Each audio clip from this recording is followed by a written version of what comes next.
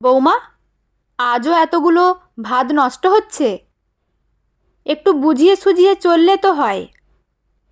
গীতা দেবীর কথায় মৌসুমী বিরক্ত হয়ে বলল, এই কটা ভাত নষ্ট হচ্ছে, তাতে আপনার গায়ে কি জ্বালা ধরছে নাকি?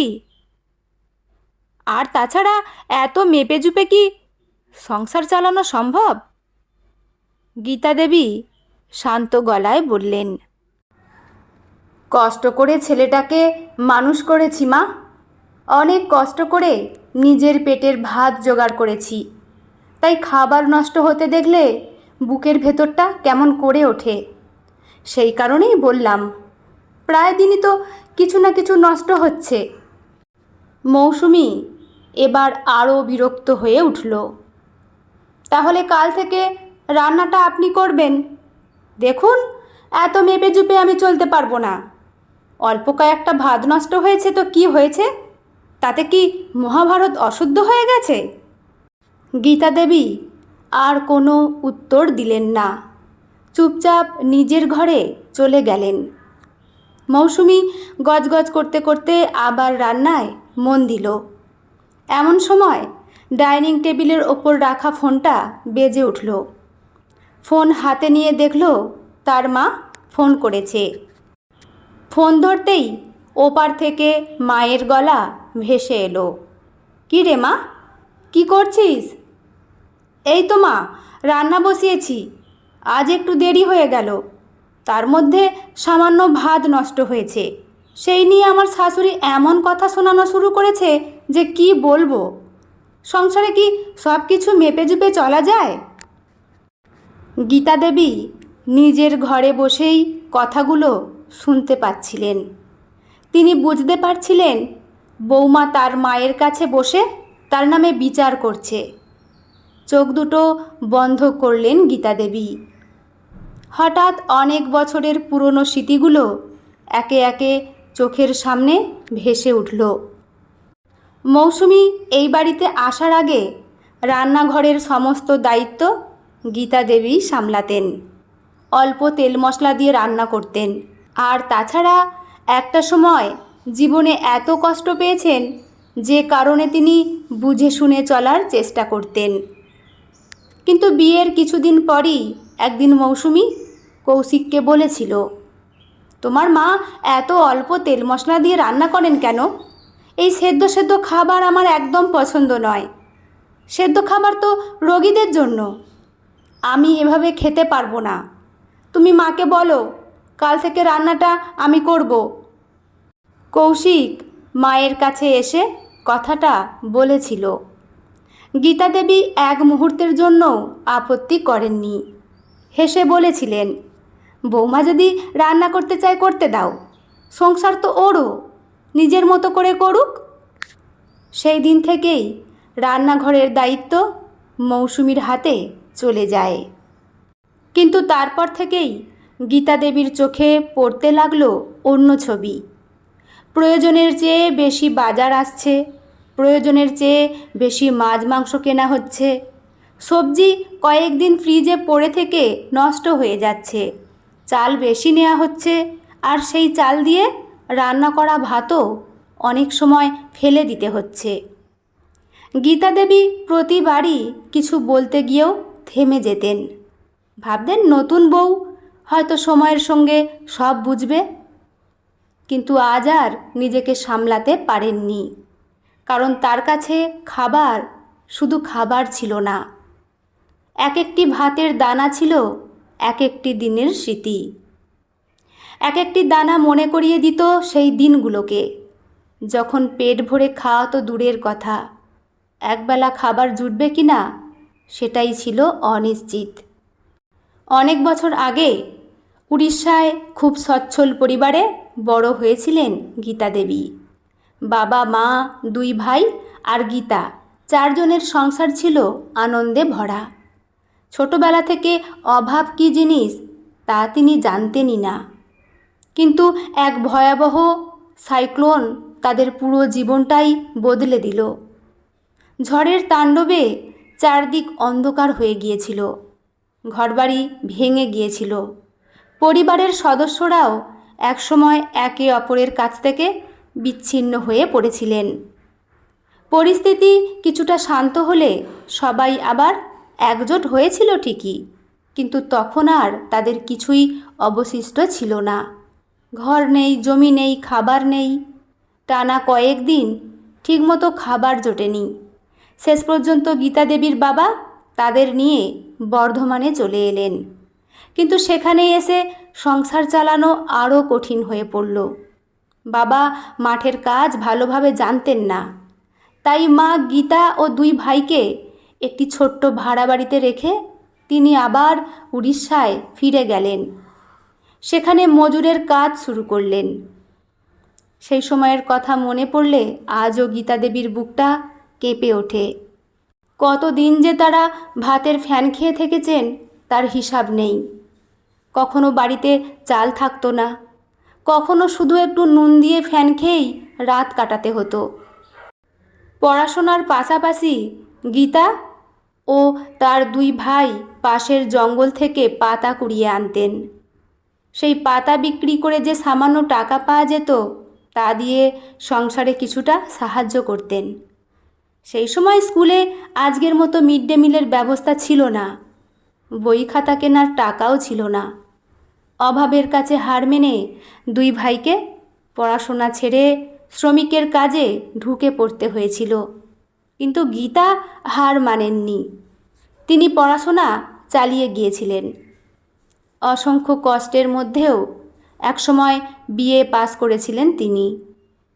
তারপর বাবা মায়ের পছন্দে তার বিয়ে হয়েছিল। বিয়ের কিছু মাস পরে হঠাৎ একদিন চলে গেল গীতা দেবীর বাবা। মাথার উপর থেকে শক্ত ছাদটা হারিয়ে গীতা দেবী ভেঙে পড়েছিলেন। বিয়ের পর কিছুদিন সচ্ছল সংসার দেখেছিলেন গীতা। মনে হয়েছিল জীবনের সমস্ত কষ্ট বুঝি এবার শেষ হয়েছে। কিন্তু সুখ তার জীবনে বেশি দিন স্থায়ী হলো না।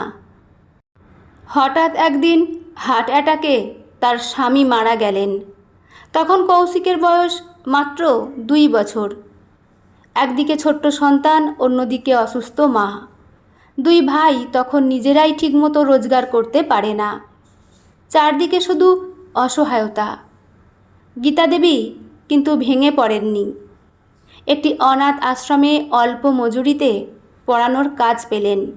পাশাপাশি দুটি বাড়িতে রান্নার কাজও শুরু করলেন। ভোরে ঘুম থেকে উঠে ছেলেকে রেখে কাজে বেরিয়ে যেতেন। কখনো পেটে খাবার থাকতো না, তবু ছেলের দুধের ব্যবস্থা করতেন।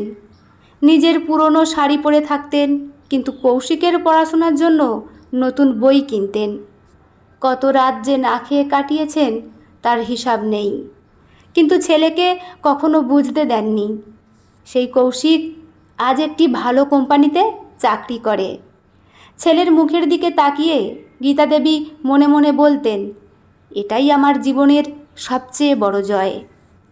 কিন্তু সেই জয়ের পথটা যে কতটা কষ্টের ছিল তা কৌশিকও পুরোপুরি জানত, আর মৌসুমি তো জানার চেষ্টাই করেনি।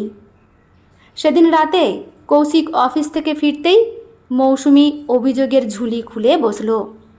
তোমার মা আমাকে আর সংসার করতে দেবে না, সারাক্ষণ শুধু আমার পেছনে লেগে থাকে। আজ কয়েকটা ভাত নষ্ট হয়েছে বলে কত কথা শুনিয়েছে। আমি কি ইচ্ছে করে খাবার নষ্ট করি? কৌশিক ক্লান্ত ছিল।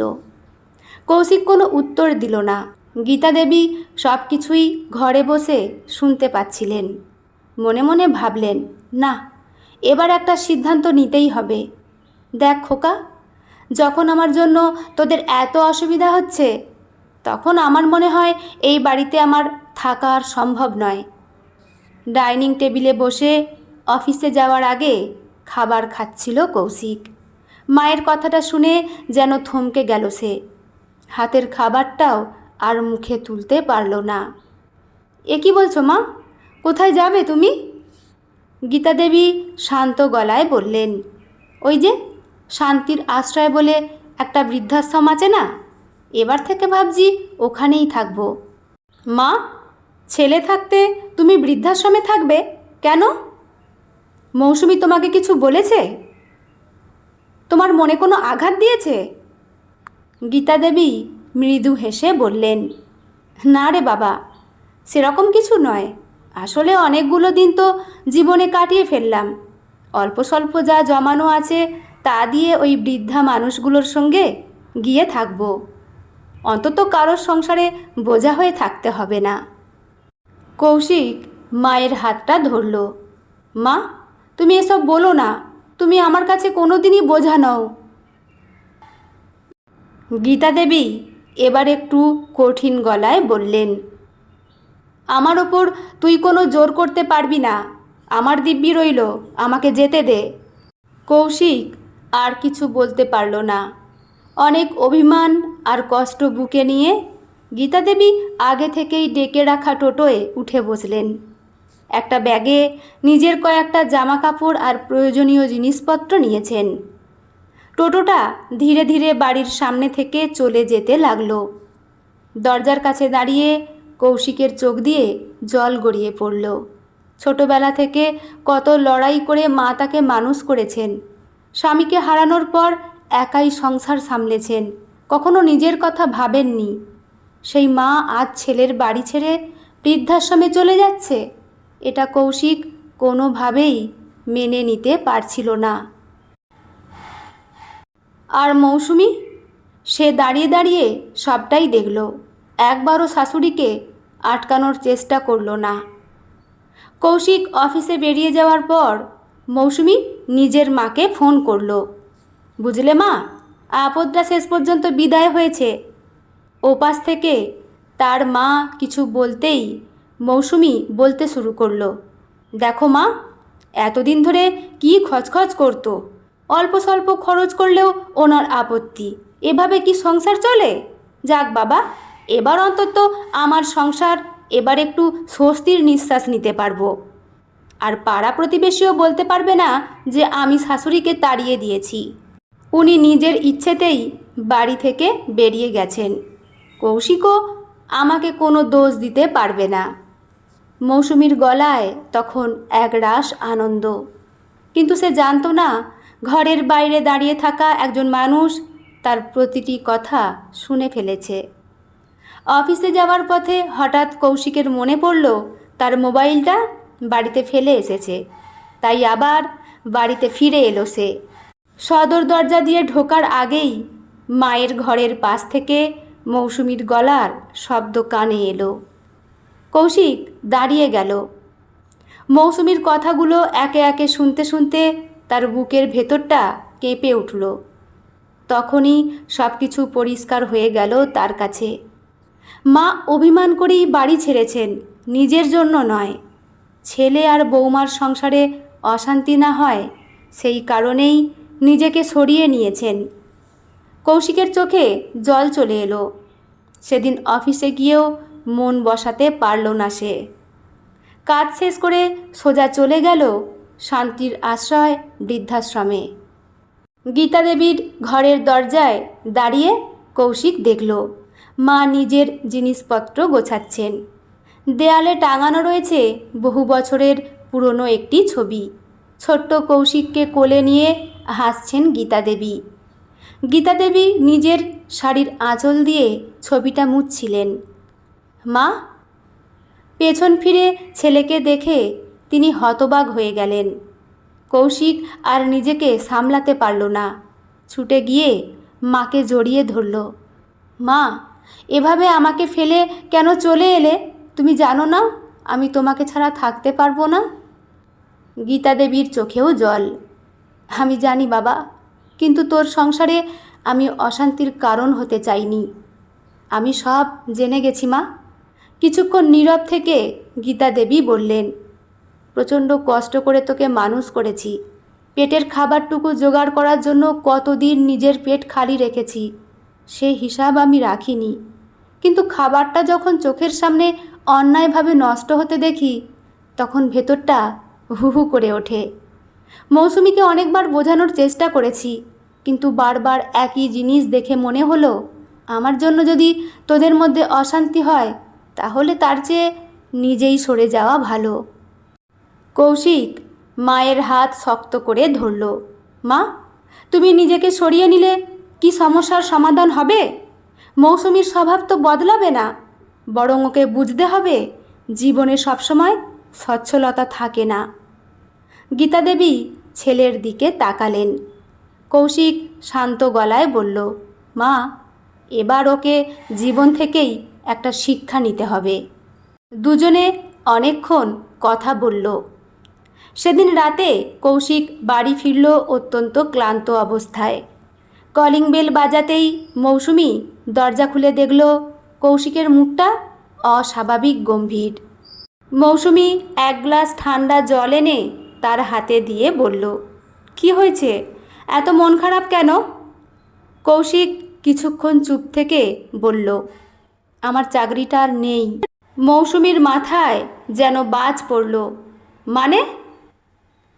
আমাদের মার্কেটিং ডিপার্টমেন্টে প্রচুর লস হয়েছে, অনেক কর্মীকেই ছাঁটাই করছে, আমিও বাদ পড়েছি। এবার কি হবে? কৌশিক নিঃশব্দে বলল, জানি না। পরদিন সকালেই বাস্তবতার কঠিন মুখটা তাদের সামনে এসে দাঁড়ালো। মৌসুমী বলল, ইলেকট্রিকের বিল জমা দিতে হবে, সংসারের বাজারও শেষ, আরও টাকা লাগবে। কৌশিক বলল, এই মুহূর্তে আমার কাছে কোনো টাকা নেই, এই মাসের সংসার খরচ তো তোমার হাতে তুলে দিয়েছিলাম, সে টাকা তো খরচ হয়ে গেছে। কৌশিক দীর্ঘশ্বাস ফেলল। তাহলে কি করব? বিদ্যুৎ অফিসের লোক এসে লাইন কেটে দিয়ে যাবে, ফ্যান ভাত খেয়ে থাকতে হবে। মৌসুমী হতভম্ব হয়ে বলল, কিন্তু আমি তো কখনো এভাবে থাকিনি, আমি তো কখনো ভাবিনি চাকরিটা এভাবে চলে যাবে। পরিস্থিতি কখন কিভাবে বদলে যায় কেউ জানে না। আজ বাইরে বেরোবো, কোনো কাজ জোগাড় করতে পারি কিনা দেখি, না হলে টোটো ভাড়া নিয়ে চালাবো। মৌসুমী অবাক হয়ে বলল, তুমি এত বড় অফিসে কাজ করতে তুমি টোটো চালাবে? কৌশিক মৃদু হেসে বলল, অভাবের সংসারে স্ট্যাটাস দেখে চললে পেট ভরবে না, যে কাজ সৎ সেই কাজই বড়। কৌশিক বেরিয়ে গেল। কৌশিকের চাকরি আর হলো না। শেষ পর্যন্ত টোটো ভাড়া নিয়ে চালাতে শুরু করলো সে। 1 মাসের মধ্যেই তাদের জীবন সম্পূর্ণ বদলে গেল। ছেলে রিভু বড় স্কুলে পড়ে, সেখানে মাসে মোটা অনেক টাকা ফি দিতে হয়। বাজারের খরচ কমাতে হলো, অপ্রয়োজনীয় কেনাকাটা বন্ধ হলো। মৌসুমী যে কোনোদিন অভাব দেখেনি, এবার প্রতিটি টাকার মূল্য বুঝতে শুরু করলো। একদিন সকালে বাজারের ব্যাগ হাতে বাড়ি থেকে বেরিয়ে পাশের 2 প্রতিবেশীর কথা শুনে থমকে দাঁড়ালো। একজন বলছিল, জানিস, ওখানে মেয়েদের বিনা পয়সায় টেলারিং শেখাচ্ছে, 6 মাসের কোর্স। অন্যজন বলল, সত্যি? তাহলে তো ভালোই। কথাটা মৌসুমীর কানে গেঁথে গেল। সারাটা বাজার করার সময় তার মাথায় শুধু একটা কথাই ঘুরতে লাগলো, আমিও যদি কিছু করতে পারতাম। সেদিন রাতে কৌশিক বাড়ি ফিরতেই মৌসুমী বলল, শোনো, একটা কথা বলবো। বলো। ওখানে নাকি মেয়েদের বিনা পয়সায় টেলারিং শেখাচ্ছে, 6 মাসের কোর্স, আমিও শিখতে চাই। যদি কিছু কাজ করতে পারি তাহলে সংসারে তোমাকে একটু সাহায্য করতে পারবো। কৌশিক স্তব্ধ হয়ে স্ত্রীর দিকে তাকিয়ে রইল।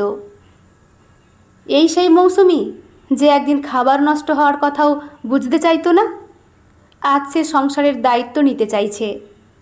কৌশিক মৃদু হেসে বলল, আমার কোনো আপত্তি নেই, তুমি শেখো, নিজের পায়ে দাঁড়ানোর চেষ্টা করো। সেদিন থেকে মৌসুমীর জীবনে নতুন অধ্যায় শুরু হলো। 6 মাস পর টেলারিং শিখে বাড়িতে ছোট করে কাজ শুরু করলো সে। প্রথমে 2-1টা ব্লাউজ, পরে পাড়ার মহিলাদের জামা কাপড়ের অর্ডার আসতে লাগলো। কৌশিক টোটো চালাতো আর মৌসুমী সেলাই করত। 1 বছর কেটে গেল।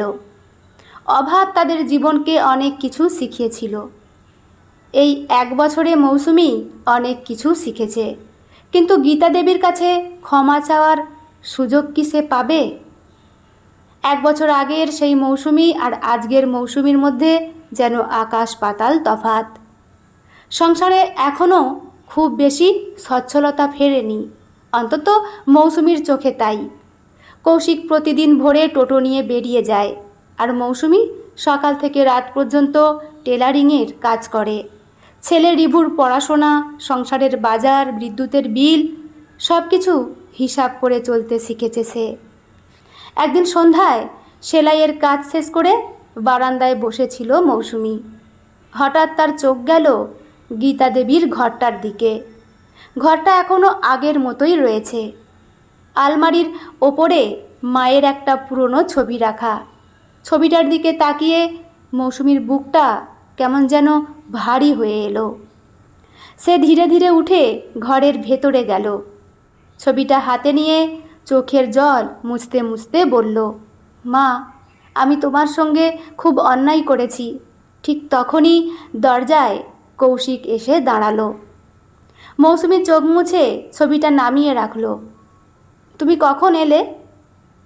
এই তো। কৌশিক কিছুক্ষণ স্ত্রীর দিকে তাকিয়ে রইল।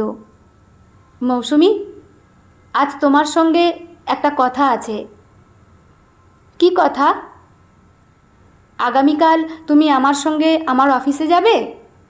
মৌসুমি অবাক। অফিসে? কেন? তুমি যাবে, তাহলেই বুঝবে।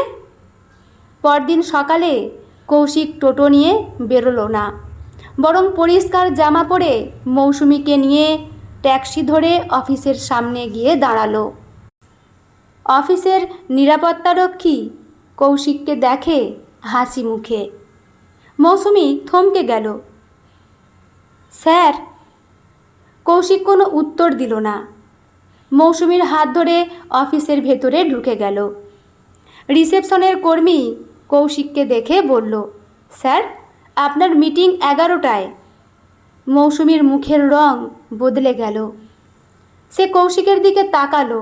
তুমি এখানে কি করছো? কৌশিক শান্ত গলায় বলল, চলো আমার কেবিনে যাই। কেবিনে ঢুকে কৌশিক দরজা বন্ধ করল।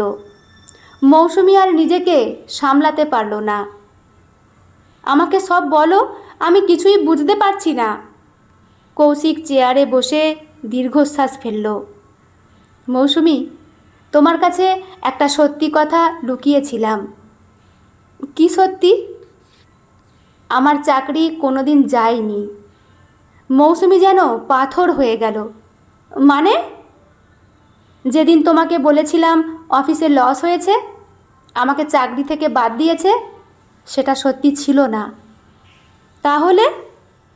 কৌশিক ধীরে ধীরে বলল, আমি প্রতিদিন অফিসে আসতাম, আমার কাজটা যায়নি।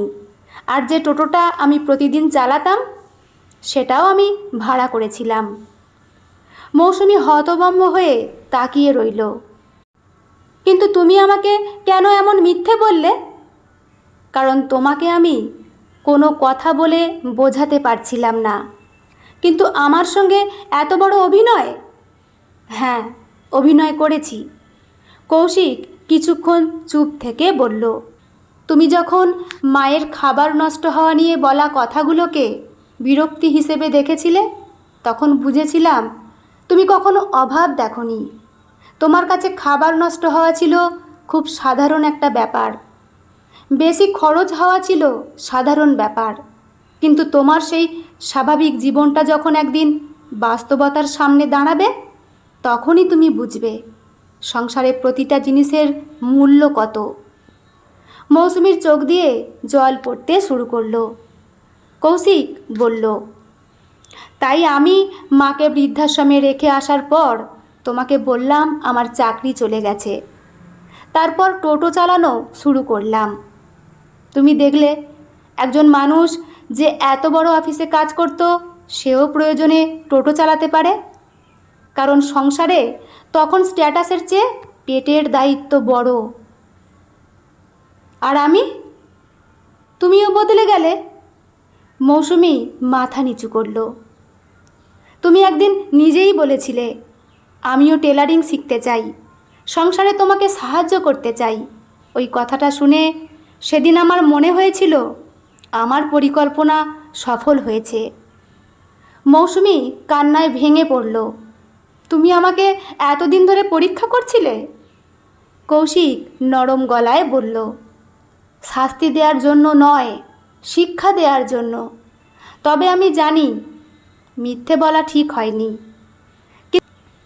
কিন্তু তুমি যদি সেদিনের মৌসুমেই থেকে যেতে তাহলে হয়তো কোনো দিন বুঝতে না একজন মা কেন খাবার নষ্ট হওয়া দেখে কষ্ট পেতেন। মৌসুমী কাঁদতে কাঁদতে বলল, আমি মাকে ফিরিয়ে আনতে চাই। কৌশিক মৃদু হেসে বলল, তাই তো তোমাকে এখানে নিয়ে এলাম। এখন একটা কাজ বাকি। কি? মায়ের কাছে ক্ষমা চাওয়া। সেদিন বিকেলেই দুজনে চলে গেল শান্তির আশ্রয় বৃদ্ধাশ্রমে। গীতা দেবী তখন বারান্দায় বসে কয়েকজন বৃদ্ধার সঙ্গে গল্প করছিলেন। কৌশিককে দেখে তিনি অবাক হলেন। কৌশিক এগিয়ে গিয়ে মায়ের পায়ের কাছে বসে পড়ল। মা, তোমাকে বাড়ি নিয়ে যেতে এসেছি। গীতা দেবী চুপ করে রইলেন। কিন্তু বাবা। কোনো কিন্তু নয় মা, তোমার বাড়ি তোমার জন্য অপেক্ষা করছে। গীতা দেবী এবার মৌসুমীর দিকে তাকালেন। মৌসুমী ধীরে ধীরে সামনে এসে দাঁড়ালো, তার চোখে জল। মা, এই একটি শব্দ বলেই সে গীতা দেবীর পায়ে লুটিয়ে পড়ল। আমাকে ক্ষমা করে দাও। গীতা দেবী তাড়াতাড়ি তাকে তুলে ধরলেন। এভাবে কাঁদিস না মা।